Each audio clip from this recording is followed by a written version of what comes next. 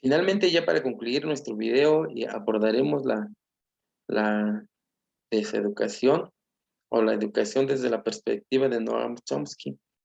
Noam Chomsky es una estadounidense, el cual sin duda no solamente tiene gran impacto en la educación, también es lingüista, es- estuvo trabajando en algunas cuestiones de economía, hace una crítica al sistema capitalístico impresionante, e incluso el New York Times le da un reconocimiento por ser uno de los mejores eh, epistemólogos contemporáneos.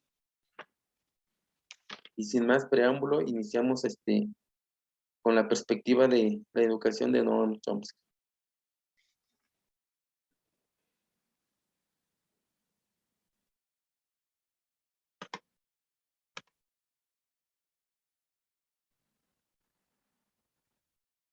Y Noam Chomsky tiene una serie de ideas de lo que es la educación. Incluso en su nombre, en los primeros capítulos, da una serie de definiciones de educación desde diferentes perspectivas. La primera de ellas es la perspectiva tradicional que viene desde la Ilustración. Él dice que solamente hay que llevar desde esta perspectiva tradicionalista, es llevar o ayudar al sujeto para que aprenda por sí mismo, es decir, la autonomía de aprendizaje. Solamente se tiene que guiar para que el, el sujeto aprenda por sí mismo, que busque las herramientas, que busque los medios y que los comprenda por sí mismo, que muchas veces es erróneo, porque nosotros tenemos una idea que lo que estamos aprendiendo es correcto, porque lo estamos viendo desde nuestra perspectiva. Pero ¿qué pasa cuando lo exponemos o lo escucha alguien más? Entonces es ahí donde nos damos cuenta que no todo lo que se aprende de manera autónoma es correcto.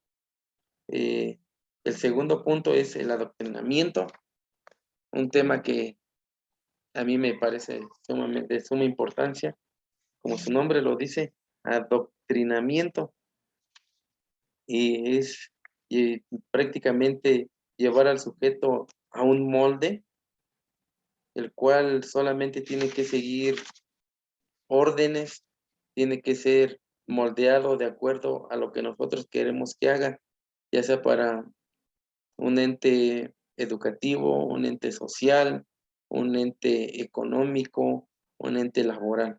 Es decir, si yo quiero que, por ejemplo, en educación, si yo quiero que mi alumno aprenda a lo mejor a leer, pues me voy a enfrascar en eso y únicamente voy a dar una serie de pasos, voy a seguir una metodología y voy a entrar a mi alumno en ese adoctrinamiento de la lectura.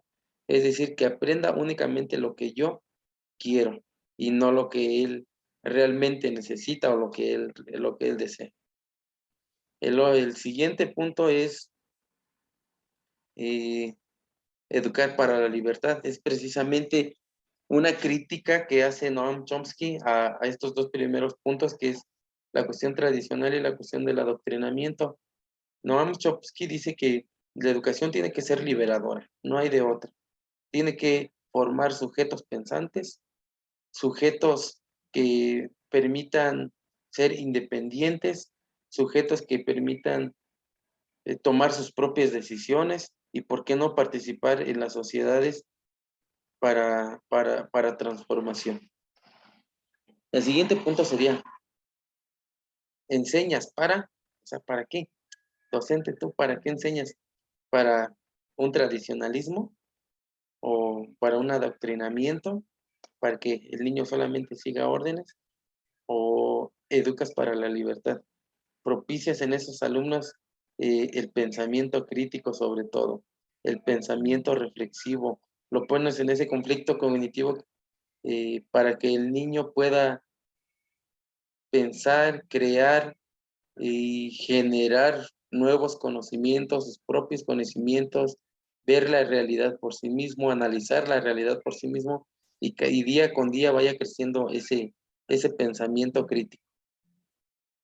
Y la maquinación histórica. Este es otro de los grandes temas que aborda este texto. y sobre todo habla de estos medios de comunicación, estos medios de información, especialmente de los Estados Unidos. Reitero, Noam Chomsky hace una crítica al capitalismo, y es el capitalismo estadounidense, en este caso, por decirlo así, la víctima, ya que él pone un claro ejemplo, cómo él maneja los medios de comunicación para tapar o para no evidenciar todos aquellas masacres que se hicieron en Irak. Entonces es un claro ejemplo. Y el sistema capitalista da a conocer únicamente lo que le conviene, en pocas palabras, desde los sistemas de comunicación, desde los sistemas de información. Entonces a esto se le llama la maquinación histórica. La pedagogía de las mentiras, un gran debate que tiene con John Silver. Entonces, él hace una crítica prácticamente este, a, este, a este personaje, el cual es una persona que por obtener un puesto, él dice que tuvo que esconder, tuvo que permitir las atrocidades que se hicieron en El Salvador, y cómo a lo mejor para obtener un buen puesto hay que estar con los personajes que están en el poder, sin a lo mejor hablar o decir lo que realmente está mal o lo que se está haciendo mal, o solapar esto que estos entes del poder, estos personajes del poder están haciendo en un momento o en un tiempo determinado, ya sean masacres ecológicas, masacres humanitarias, ¿por qué no masacres económicas, esclavitud y demás? Entonces, esto es un tema que en la pedagogía de las mentiras se da aquí y en todos lados, pero sobre todo él dice que se refiere específicamente a los Estados Unidos. Eh, Posteriormente viene lo que es la función liberadora de la educación. Él dice que en la educación se tiene que hacer que los alumnos piensen por sí mismos, que crean y que hagan creaciones por sí mismos, que reflexionen por sí mismos, que sean críticos por sí mismos, pero a través de la generación de estos espacios, de estas consignas, de todos aquellos entes educativos que permitan que el alumno sea crítico. Es decir, enfrentar a los alumnos a un aprendizaje situado, sí, pero cuáles son las causas, cuáles son los efectos de todo lo que el alumno vive hoy en día. Entonces, para ello, este autor lo dice claramente, el papel del educador es fundamental. Si el educador se encierra en una educación únicamente centrada en la transmisión de conocimientos u opresora, el alumno obviamente está en un adoctrinamiento. Sin embargo, si el docente, aquí lo dice en ese texto, se hace amigo, se hace confidente de ese alumno, va a conocer sus intereses y por tanto va a poder crear situaciones de aprendizaje críticos que permitan precisamente a los alumnos ser eso, críticos de su realidad, pero iniciando desde el docente. Para ello el docente tiene que cambiar ese pensamiento tradicionalista que tiene. Debe prepararse, debe actualizarse, debe profesionalizarse para poder ayudar o contribuir a una educación liberadora. Esto es prácticamente de lo que hablan estos tres textos. Les reitero, textos contemporáneos, textos que sin duda tienen gran influencia en la educación de hoy en día y que estoy seguro que para los programas futuros del sistema educativo en México no será la excepción.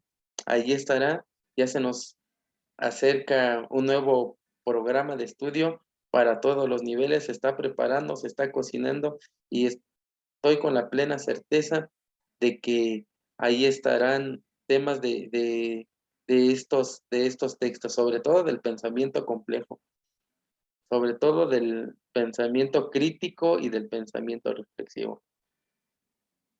No me queda más que agradecerles. Espero les sirva este corto y pequeño preámbulo de estos textos. Muchas gracias y hasta luego.